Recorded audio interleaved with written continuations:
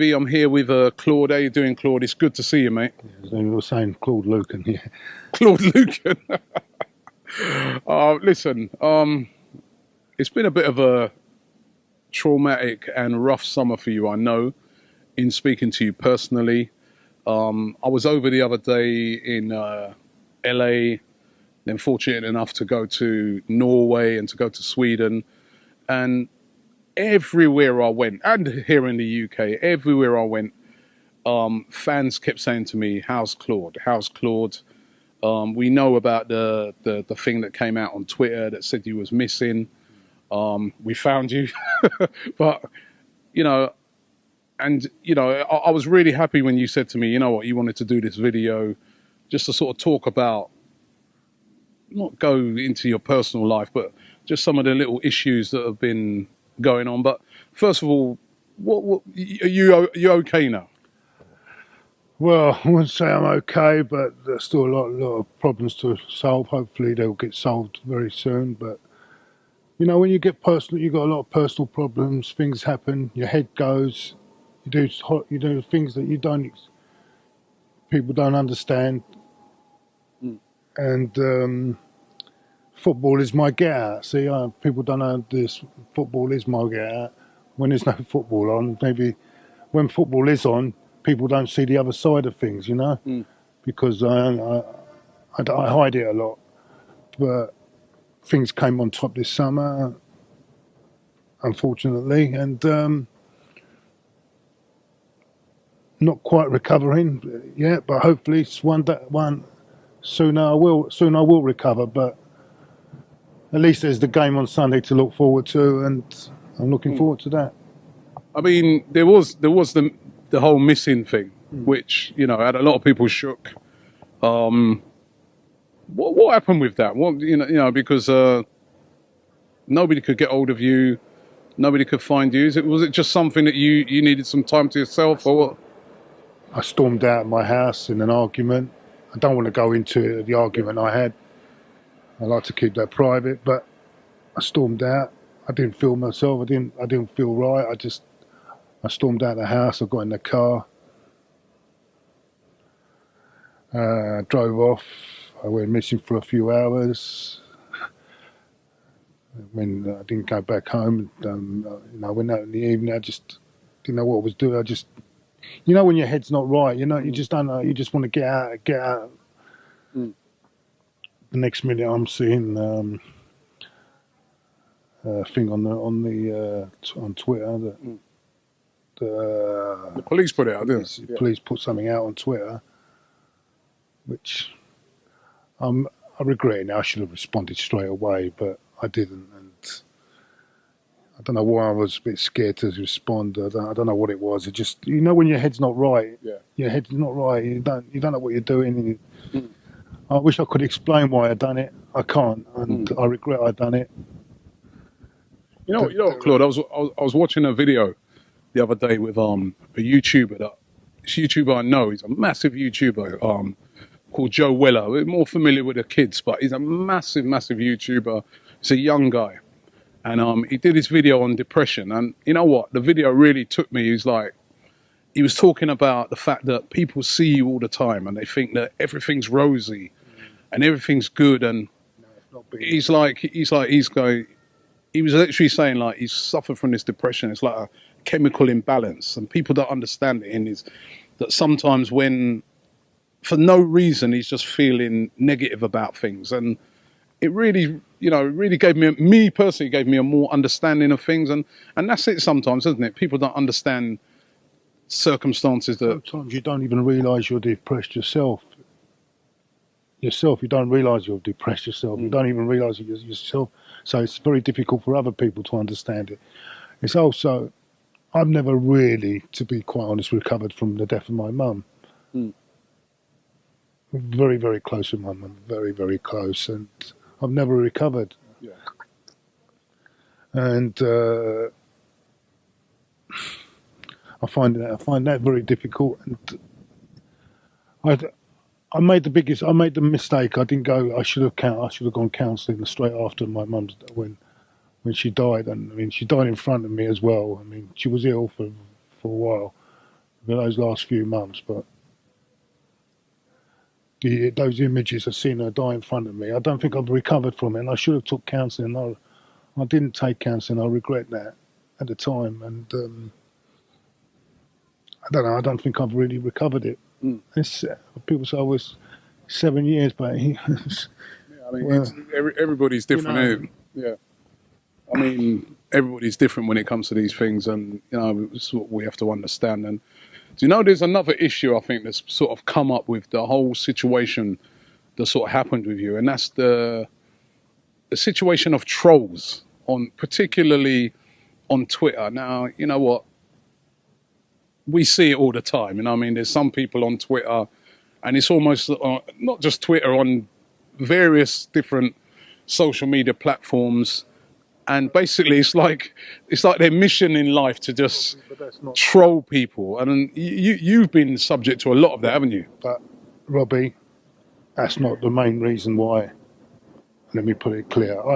I can give as good as they can give me, yeah, and I accept that. I accept it's all part of Twitter. I expect that's not the reason I'm in the state I am. But that's not the reason. But is it acceptable that if people out there know that you're not doing too good? I think there's some people out there that they know you haven't been doing too good, yeah, with certain situations, right? And yet still they'll mercilessly troll you and, you know, abuse you and try to do things to push you over the edge, to say things or do things to make it worse. Yeah, that's not acceptable, but it's not the main reason. And you've got to accept on Twitter that you have to take that. But that's part of being. That's with Twitter. You've got to realise that if you're like a little bit in the spotlight, like I am on, with this, that there's going to be people that are going to hate on you as well. Yeah. As well as people liking you, there's going to be hatred. Yeah. I think some of the people the one particular guy that's trolling me, not naming any names, has a problem with me because probably he hasn't got the personality to come and do this himself, and he'll probably have a go at all the characters that go on here because he hasn't got no personality to come on and do it himself. So he'll probably troll to get the laughs on Twitter from the others. But apart from that, I mean, it doesn't. I mean, it's not the reason I'm in the state I'm not going to start blaming that particular angle for where I am at the moment. It's not fair. That's not fair. But what I will say is, I don't think it's right. I think there's people even more vulnerable than I am that would probably can go over the edge. That's true, and it should stop. I don't mind. I think it's we don't mind the banner, football banner, and all that. But when you start digging into people's personal family tweets and all things like that, and going into my family, that's going below. That's going too much. I mean, you know, you can't. That's not acceptable. But I'm not going to blame that for where I am today.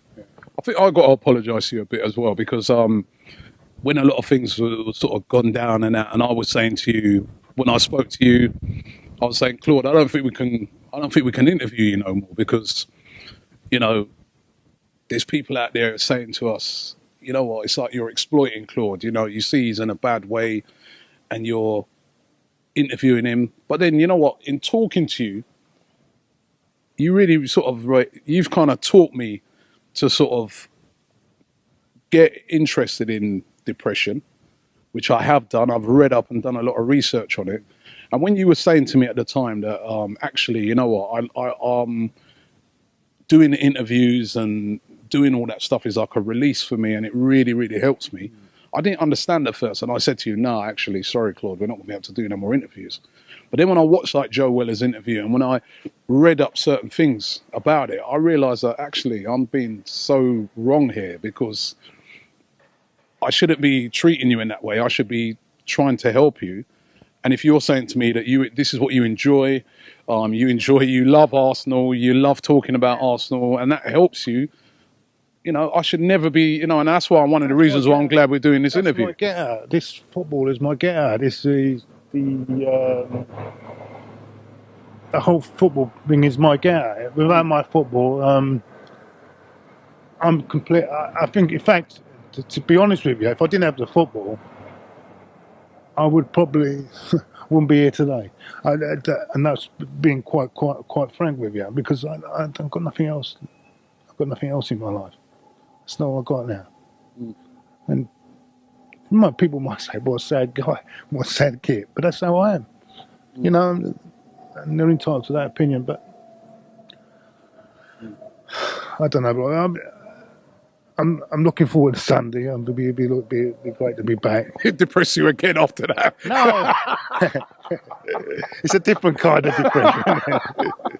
That's it. It's all over then. Yeah, I mean, after if we don't get a couple of players in, it all goes wrong on Sunday. But listen, it's great to see you. It's great to have you back. It's great that the season's starting. Looking forward to talking to you after games. Finally, the new season coming up. Let's talk about football. It's a new season, Claude.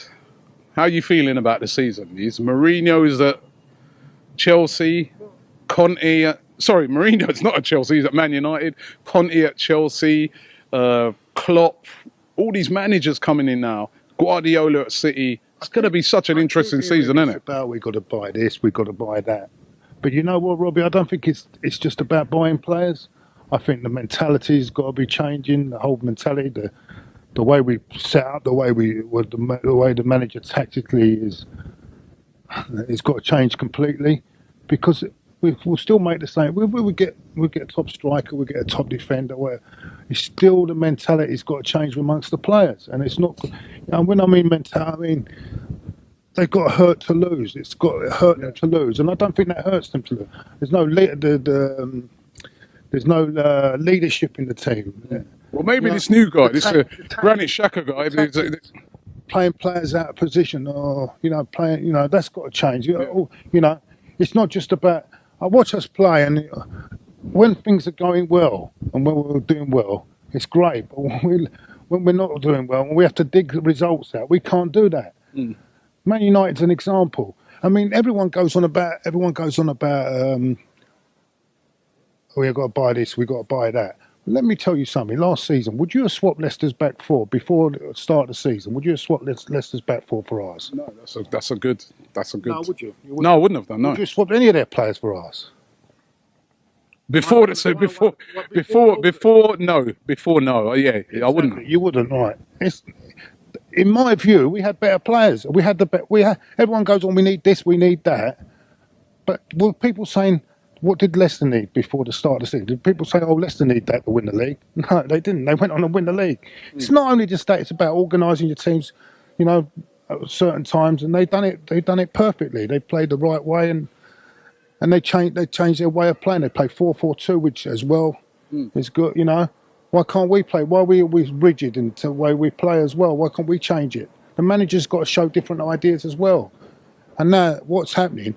The only thing I say for us this season, and I think is good for us this season, is I don't think there's an outstanding team in the league. Not even United. They've put together a good Pogba, Mkhitaryan. Everyone says about spending money. Look, they spent all that money last year. What did that get them? True.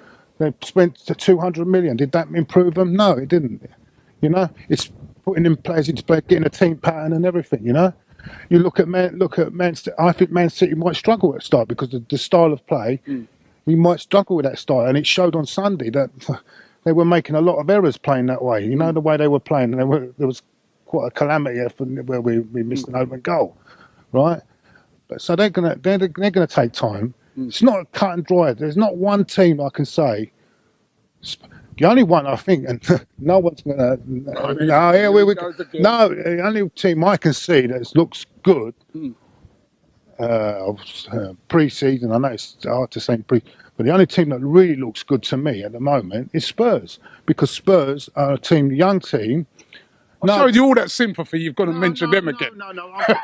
I'm not going to go into. You said that, I remember you at the end of last season, and I should have pulled you up on that. Last season, you said, "Oh, you shouldn't run your mouth off about Spurs, and this is what happens, right?" But if you could tell me that Newcastle before that game were going to beat Spurs, then you should have done the lottery the night before. Do you know what? I knew they'd beat Spurs. No, you should. I knew they'd beat Spurs before. Claude, I knew they'd beat Spurs that last game of the season. Again, when you talk about mentality, Newcastle are on the floor, aren't they? They've just been relegated. They're on the floor. They're in a worse position than Spurs. But they're on the floor, and I knew that Newcastle would play where they've got nothing to lose. And when you talk about mentality with Arsenal, it's a similar thing with Spurs. I actually did a interview on Talk Sport yesterday, and I said that I think the two teams in the Premier League actually that are teams already. Teams. I'm not on about buying loads of stars. And you made some great points about buying players. But I looked on it, I say the two real teams, units, are Spurs and Arsenal. They're the two teams that don't really need to add much. Yeah, that's right. They're the two teams that have a real fluid team. All the other teams, I agree with you, they're going to have a real transitional period. But with Spurs, I can see Pochettino can change things around. I watch with Wenger at the moment, and I can only see one way of playing. Yeah. And the trouble is, when people with Wenger's way of playing, if teams are really big organised, we struggle. You know what I'm saying? Well, with Pochettino, he's got different. He'll play direct. He'll play a minute direct. He'll play something over the top. And I think also what they've done this year, they brought another forward in, which will help Kane. Yeah. So they're going to be even better next season. And they've got a young team that will develop even better than what from last season. So that I actually think Spurs is going to be the one that we're going to have to look at. Everyone is going about the top two Manchester clubs. But I think Spurs is the one that everyone has got. You think everyone's saying it's going to be up in Manchester. You think it's going to be decided in North London. I think if you finish in front of Spurs this year, you'll win the league. Well, that's it. We've done it then. We always finish above Spurs, so we're all right. Yeah, well, if we do it this year, we'll win it. But I think Spurs will go very, very close. Okay, but listen, it's been great talking to you. It's great having you back. And I hate saying all that, you know what I do. I hate it. I can't stand it. But I'm being honest. I can't be all this biased stuff and because you're Arsenal, you shouldn't be saying these things about it. But yeah, I see it as I see it. I can't be all this bullshit. You know. Do you understand where I'm coming from? That's what I respect about you. I respect your honesty. That's what I love about you. I think that's what all football fans love about you. Is that. Listen, you're Arsenal through and through, but you're an honest guy. Well, I'm no Lord Lucan anyway. You're not Lord Lucan. I'm still not even sure about this voice of reason thing either. I'm not sure about that. I am the voice of reason. I am the voice of reason. People should bloody listen to me. One thing I am sure of, you're an honest guy. Your honesty about the whole depression thing's been brilliant as well. I hope that helps others. I hope that you continue to improve. We know it's a process. It's good to have you back. I'm looking forward to seeing you at the game on Sunday. Good to be back, mate. Yeah, cheers, and let's hope we can win the league this year. Yeah?